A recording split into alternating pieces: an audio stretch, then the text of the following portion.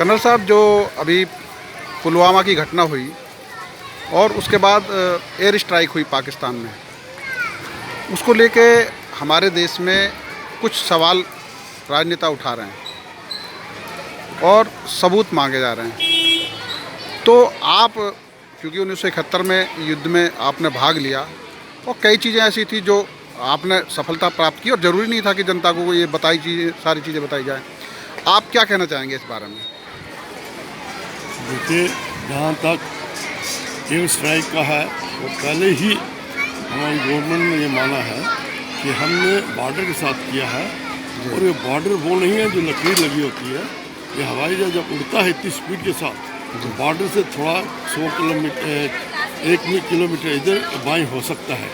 लेकिन जो हमने बर्बाद किया है पाकिस्तान का हवाई जहाज, वो हमने बॉर्डर के साथ करके, लेकिन पाकिस्तान के अंदर करके उसको बर्बाद किया है। और जो ये कैजुअल्टी की बात हो रही है, वो एयरफोर्स के चीफ उन्होंने बोल दिया है, और बात भी ठीक है। हमको टारगेट दिया जाता है, उसके अंदर पहले कौन था, नहीं था, आदमी थे, क्या थे, ये सब जो है इंटेलिजेंस सेक्शन जो गवर्नमेंट का होता है, ये वो उनको अपनी इंफॉर्मेशन के मुताबिक पता लगता है और वही बता सकते हैं। जी, लेकिन इसको लेकर जो सवाल राजनीति उठाती है, इससे भारतीय सैनिक के या जो सैनिक जो वहाँ जिन्होंने इस ऑपरेशन में हिस्सा लिया, उनके मनोबल पर असर नहीं पड़ता इन चीज़ों का? कल को अगली बार एक्शन लें और उसमें भी फिर लोग सवाल पूछें। ये जो सवाल पूछे जा रहे हैं, जी जी, ये असल में अपने मतलब से पूछे जा रहे हैं, अपना पॉलिटिकल एम के लिए पूछे जा रहे हैं, देश की या सेना के लिए नहीं कर रहे। अगर उनमें देशभक्ति होती, देशभक्ति, इस टाइम पर वो इकट्ठे होकर देश की बात करते, ना कि फौज के ऊपर और उसके ऊपर सवाल करते। ऐसा करने से फौज का जो मोराल है बहुत डाउन हो जाता है, और जब फौज का मोराल डाउन हो जाएगा तो मानी बात है, देश की जो शक्ति है वो भी कमज़ोर हो जाएगी। आतंकवादियों की पर लगाम लगाने के लिए जो कार्रवाई पिछले दिनों कश्मीर में या पाकिस्तान में हुई है, उनको लेकर आप क्या कहना चाहेंगे? उसके अंदर मैं आपको 3 हिस्सों में बताना चाहूँगा। पहला, कि जैसे अभी हमने किया है, या आगे भी हमको ऐसा करना चाहिए कि उनको हमारा डर हो, और कश्मीर में या हिंदुस्तान के अंदर आने से पहले वो जो है काफ़ी सोच विचार करें। दूसरा क्या है, पॉलिटिकल है, जो कि हमको जो अमेरिका ये बड़ी पावर है उनका साथ लेकर इसके ऊपर इकनॉमिकल और पॉलिटिकल प्रेशर डाला जाए, और इसको टेररिस्ट जो है कंट्री डिक्लेयर किया जाए, जिससे कि हमारा जो ये है कि हम शांति से रह जाते हैं वो सबूत हो, ना कि जो पाकिस्तान झूठ बोल के अपने को सच बताना चाहता है।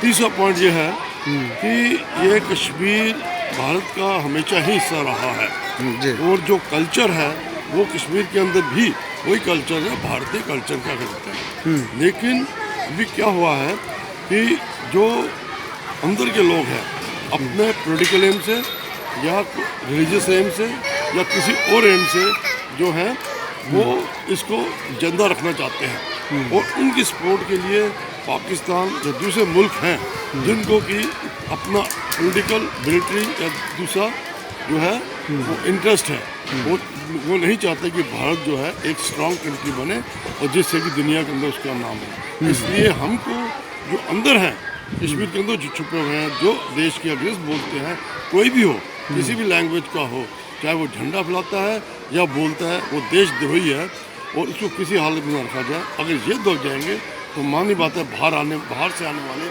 भी जो है हिम्मत नहीं करेंगे कश्मीर के आकर ये जो है देश के खिलाफ कार्रवाई की जाए। अच्छा, जैसे पिछले दिनों पत्थरबाजों को आर्मी पे वो पत्थर बरसाते रहे और उनके खिलाफ मुकदमे दर्ज होते रहे, बाद में सरकार ने उनको ये समझ के कि भाई थोड़ा समझ जाएंगे और उनके खिलाफ मुकदमे वापस ले लिए। तो पत्थरबाजों के खिलाफ जो एक्शन गवर्नमेंट को लेना चाहिए, क्या वो अभी तक उसको लेना चाहिए, इस तरह का कड़ा सेक्शन, या जो वापस लिए वो गलत थे? देखिए, ऐसा है जी, ये जो पत्थरबाज हैं, जी, ये भी जैसे मैंने बताया, जो अंदर कश्मीर के अंदर छुपे हुए हैं, और वो चाहते हैं कि भारत कुछ कमज़ोर हो, और धर्म के नाम पर या पॉलिटिकल नाम से अपना इंटरेस्ट देखते हुए वो ये क्रिएट करते हैं। लेकिन अगर ये पत्थर मारते हैं तो ये जो है एक किस्म की सजा, वो गलत काम है, वो उसकी सज़ा होनी चाहिए। लेकिन इन सब को रखने के लिए हमें अपने सच्चे दिल के साथ उनके अंदर जो वहाँ के बच्चे हैं, जवान लड़के हैं, उनके लिए नौकरी चाहिए और उनको हम भारत में लाकर या जो बाकी देश का हिस्सा है उसमें लाकर उनको नौकरी के अंदर, एजुकेशन के अंदर, स्पोर्ट्स के अंदर लाए, जिससे उनको पता लगे कि भारत उनके लिए क्या है। क्योंकि भारत के अंदर जुडिशरी है, उसके भारत के अंदर ह्यूमन राइट्स वाले भी हैं। सिर्फ ये नहीं कि हम जो है कश्मीर को जोर से दबाना चाहते हैं, बल्कि हम उनकी जो विश्वास है उसको बनाए रखना चाहते हैं, उनका वेलफेयर हम दिलो दिमाग से चाहते हैं, ना कि पॉलिटिकल इंटरेस्ट से। अच्छा, एक सवाल और, जो रक्षाओं को लेके जो वन टाइम वन पेंशन वाला जो इस गवर्नमेंट ने लागू किया है, वो क्या प्रभावी है या उसमें अभी कुछ और करने की गुंजाइश, क्योंकि उस पर भी लोग सवाल उठाते रहते हैं। देखिए, जहाँ तक ओआरओपी का सवाल है, जी जी काफ़ी कुछ तो गवर्नमेंट ने दे दिया है, जी जी लेकिन जो कुछ नहीं दिया उसमें काफ़ी फिनेंशियल और टेक्निकल प्रॉब्लम होती है। क्योंकि कुछ भी अगर जो दिया जाता है तो बाकी जो सेंट्रल गवर्नमेंट, जो स्टेट गवर्नमेंट के एम्प्लॉयज़ हैं, उनके साथ भी और पॉइंट जुड़ जाते हैं। जहाँ तक मुझे मालूम है कि जो मुझे मिल रहा है वो जो गवर्नमेंट ठीक है 100% नहीं भी दे रही, लेकिन तकरीबन 90% वो दे रही है। बाकी जो 10% है या 15% है वो फिनेंशियल टेक्निकल की वजह से नहीं दिया जा रहा। अच्छा अच्छा, एक चीज़ और सवाल उठ रहा है कि पैरामिलिट्री फोर्सेस को वो सुविधाएं नहीं मिल रही हैं जो सेना को मिलती हैं, तो आपके इसके पक्षधर हैं कि पैरामिलिट्री फोर्स को भी कुछ सुविधाएं वो दी जानी चाहिए, जिस तरह से वो तैनाती देश की बॉर्डर पर करते हैं, या चाहे बीएसएफ हो या सीआरपीएफ हो, कोई भी। देखिए, ऐसा है कि जो 24 कैडेट का सोना है वो 24 कैडेट का सोना है, जी जी जी, और जो 18 कैडेट का सोना है 18 कैडेट का सोना है। जी जी जी, अब दोनों का मुकाबला नहीं कर सकते।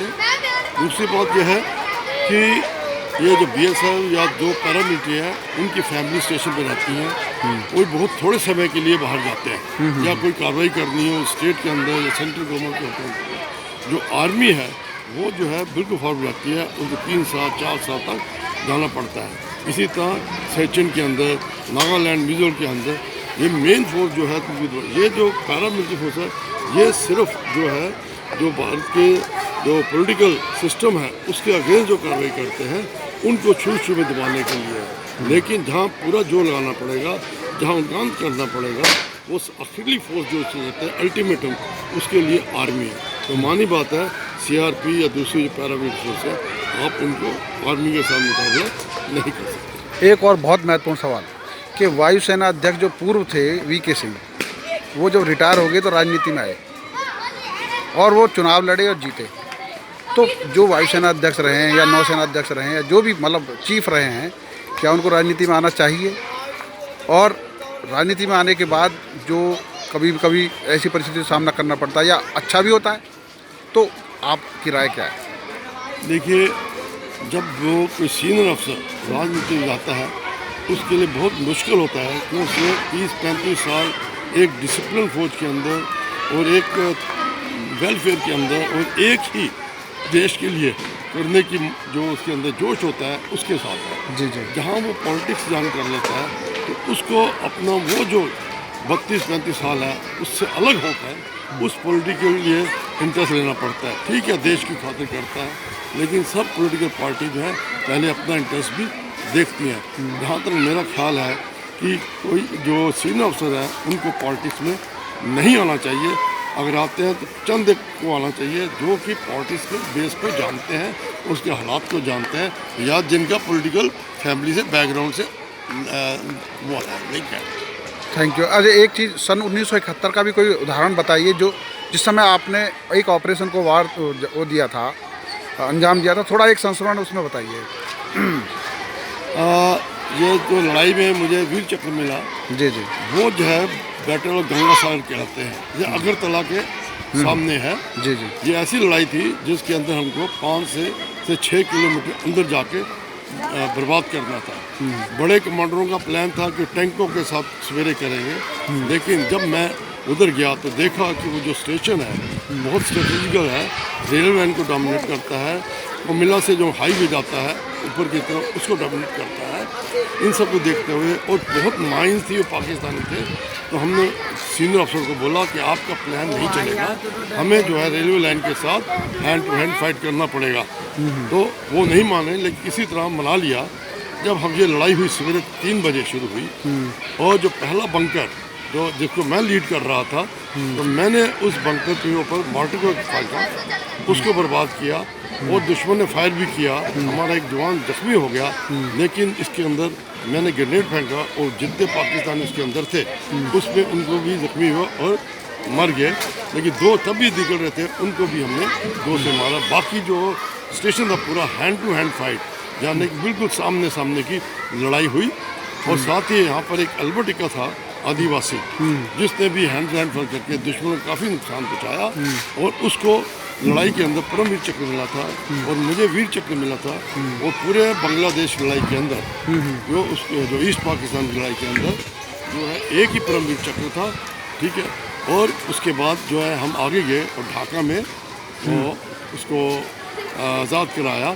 और जब आज़ाद हो गया, लेकिन जो शेख मुजीब रहमान जी जी जो आज की प्रधानमंत्री हैं शेख हसीना, वो उस वक्त जेल उनकी पाकिस्तानी कैद में बंद थी। अच्छा। हाँ, तो मुझे ये आदेश दिया गया कि उनको आप जाके देखें क्या उनकी प्रॉब्लम है। किसी को भी उनके जेल में होने की खबर नहीं थी, बल्कि कुछ को पता था लेकिन लोकेशन नहीं पता थी। और जब मुझे हुक्म दिया गया तो उनको भी सोचा था कि पाकिस्तान ने सरेंडर कर दिया है, शायद उनकी फैमिली को कोई खतरा नहीं होगा। लेकिन जब मैं वहाँ पहुँचा तो जब देखा कि वो पाकिस्तानियों को कोई खबर नहीं थी। पहले ये मोबाइल फ़ोन या दूसरे फ़ोन नहीं होते थे, टेलीफोन लाइन होती थी, वो लाइन काट दी गई थी, उनको कोई खबर नहीं थी ये कैसे हुआ। जब मुझे खबर मिली तो मैंने देखा मेरे साथ सिर्फ 2 जवान थे और बाकी जो है जो उनके अंदर जो पाकिस्तानी थे वो 12 थे बंकरों के अंदर थे और वो फायर कर रहे थे जो भी उधर जाता था। और उन्होंने एक मीडिया के आदमी को मारा भी था और एक छत पर फैमिली थी उस पर फायर किया था। तो मुझे बताया गया कि आप आगे मत जाओ, फायर करते हैं। अब मेरे पास समय बहुत कम था, क्योंकि अगर मैं उन पर अटैक करता हूँ तो मेरे पास 2 आदमी थे, तो वो पॉसिबल नहीं था।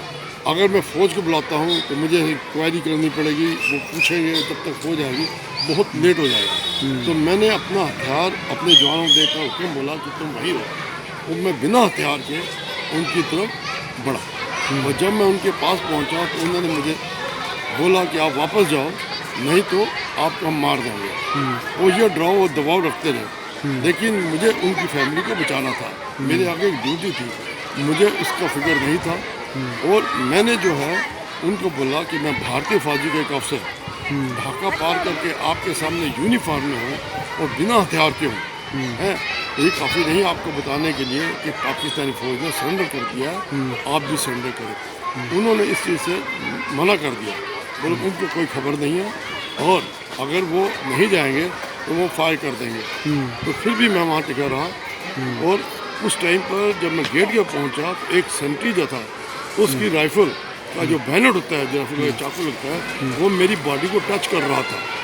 और साथ ही वो काँप रहा था, क्योंकि शायद उसने कभी भारतीय फौज के अफसर को अपने नज़दीक नहीं देखा।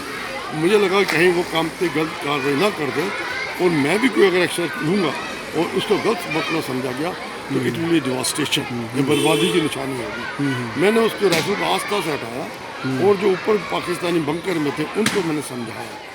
लेकिन उन्होंने बोला कि हम जो है थोड़ा टाइम चाहिए, हम अपने अफसरों को बोलेंगे। लेकिन उसके अंदर घर के अंदर जो बंद थे, जो कैदी थे, उन्होंने मुझे बताया इनको मौका मत दीजिए, इन्होंने एक रात पहले भी हमारे को करने की कोशिश की है और ये जो है मौका चाहिए, इनको टाइम चाहिए हमको मारने के लिए। तो मैं इस चीज़ को समझता था और मैंने उनको कोई मौका नहीं दिया और बोला अगर आप सरेंडर नहीं करेंगे, भारतीय फौज आएगी, मुक्तिवानी मुक्ति योद्धा आएंगे, आपको बर्बाद कर देंगे, मार देंगे और मरने के बाद आपका क्या हाल होगा वो आपको नहीं मालूम। लेकिन जो आपकी फैमिली पाकिस्तान में आपका वेट कर रही है वो कभी आपको नहीं मिलेगी और आप कभी भी किसी फैमिली के मेंबर को नहीं मिल सकते।